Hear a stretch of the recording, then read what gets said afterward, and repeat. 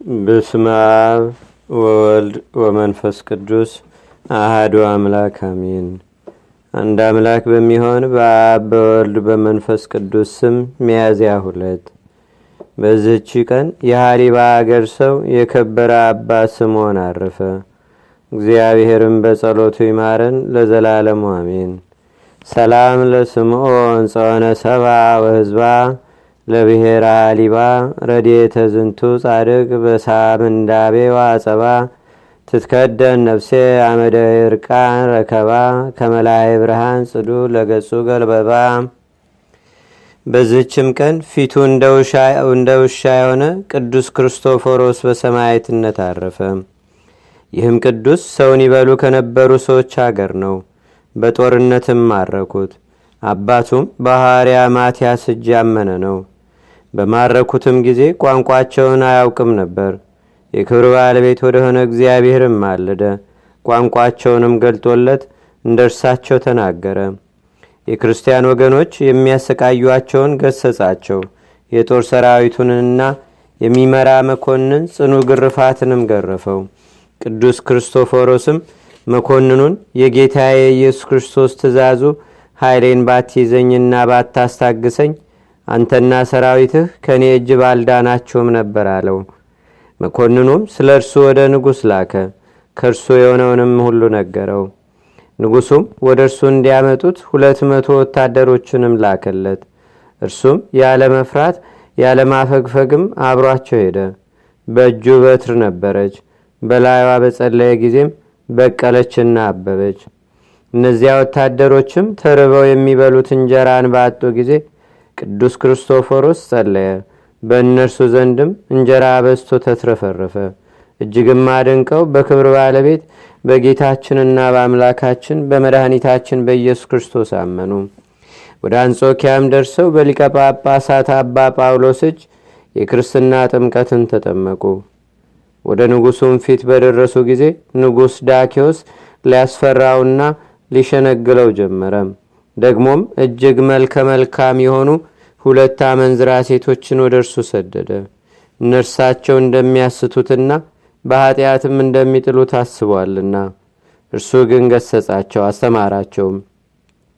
በክብር ባለቤት በጌታችንና በአምላካችን በመድኃኒታችን በኢየሱስ ክርስቶስም አምነው በደማቸው ምስክር ሆኑ።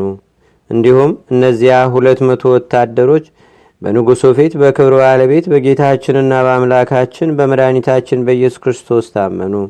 ራሶቻቸውንም በሰይፍ እንዲቆርጡ አዘዘ። የሰማዕትነትንም አክሊል በመንግሥተ ሰማያት ተቀበሉ። ቅዱስ ክርስቶፎሮስም ንጉሡን አንተ የሰይጣንን ሥራ የምትቀበል ማደሪያው የሆንክ ብሎ ዘለፈው። ንጉሡም ተቆጥቶ በትልቅ ብረት ምጣድ ውስጥ እንዲጨምሩትና ከበታቹ እሳትን እንዲያነዱም አዘዘ። እንዲሁም አደረጉበት። ነገር ግን ከጉዳት እንዳሰቡትም ምንም የደረሰበት የለም። ጤነኛ ሆኖ ሰዎችንም ማስተማራቸው እንጂ። እጅግም አድንቀው በክብር ባለቤት በጌታችንና በአምላካችን በመድኃኒታችን በኢየሱስ ክርስቶስ አመኑ። ቅዱሱንም ከእርሷ ሊያወጡት ወደዚያች ብረት ምጣድ ቀረቡ። ንጉሡም አንገቶቻቸውን በሰይፍ እንዲቆርጧቸው አዘዘ። የሕይወት አክሊልንም ተቀበሉ። ከዚያም በኋላ ታላቅ ድንጋይ በአንገቱ አንጠልጥለው ከጥልቅ ጉድጓድ እንዲጨምሩት ንጉሡ አዘዘ። በጨመሩትም ጊዜ የእግዚአብሔር መልአክ በጤንነት አወጣው። ማሰቃየቱንም በሰለቸ ጊዜ አንገቱን በሰይፍ ይቆርጡ ዘንድ ንጉሡ አዘዘ። ቅዱሱም በእግዚአብሔር መንግሥት የድል አድራጊነትን አክሊል ተቀዳጀ። ጸሎቱና በረኮቱ በአገራችን በኢትዮጵያ በሕዝበ ክርስቲያኑ ሁሉ ላይ ለዘላለሙ አድሮ ይኑር አሜን። ሰላም ለክርስቶፎሮስ ዘተጼወወ በጸብ በውስተ አገሩ ዘአምነ በትምህርተ ማትያስ ረድ በህየ ተቀትለ በንተ ክርስቶስ እግዚ ወሰላም ለለሞቱ ምስሌሁ በስን ክሌቲ አንስት ዋማሰብ። በዚችም ቀን የቃይናን ልጅ የመላሌል የእረፍቱ መታሰቢያ ነው። መላሌልም 165 ዓመት ኖረ፣ ያሬድንም ወለደው። መላሌልም ያሬድን ከወለደው በኋላ 730 ዓመት ኖረ፣ ወንዶችና ሴቶች ልጆችንም ወለደ። የመላልኤልም መላ ዘመኑ ሁሉ 895 ዓመት ነው። ይኸውም ሚያዝያ 2 ቀን በእሁድ ዕለት አረፈ። በማከማቻም ውስጥ ቀበሩት። የፈጣሪው በረከት በአገራችን በኢትዮጵያ በሕዝበ ክርስቲያኑ ሁሉ ላይ ለዘላለሙ ትኑር አሜን። አንድ አምላክ በሚሆን በአብ በወልድ በመንፈስ ቅዱስ ስም ሚያዝያ 3 በዚች ቀን የኢየሩሳሌም አገር ኤጲስቆጶስ የከበረ አባት አባ ዮሐንስ አረፈ። በዚችም ቀን ደግሞ የከበረ አባት በእስክንድርያ ለተሾሙ አባቶችም ሊቃነ ጳጳሳት 71ኛ የሆነ አባ ሚካኤል አረፈ። በዚችም ቀን ደግሞ ዳግመኛ ክርስቲያናዊ ነጋዴ መርቂያ አረፈ። ለእግዚአብሔርም ምስጋና ይሁን። እኛንም በቅዱሳን መላእክት፣ ጻድቃን፣ ሰማዕታት፣ ደናግል፣ መነኮሳት፣ አበው ቀደምት ይልቁንም በሁለት ወገን ድንግል በምትሆን በእመቤታችን በቅድስተ ቅዱሳን በድንግል ማርያም ረድኤትና በረከት አማላጅነቷን በአገራችን በኢትዮጵያ በሕዝበ ክርስቲያኑ ሁሉ ላይ ለዘላለሙ አድሮ ይኑር አሜን።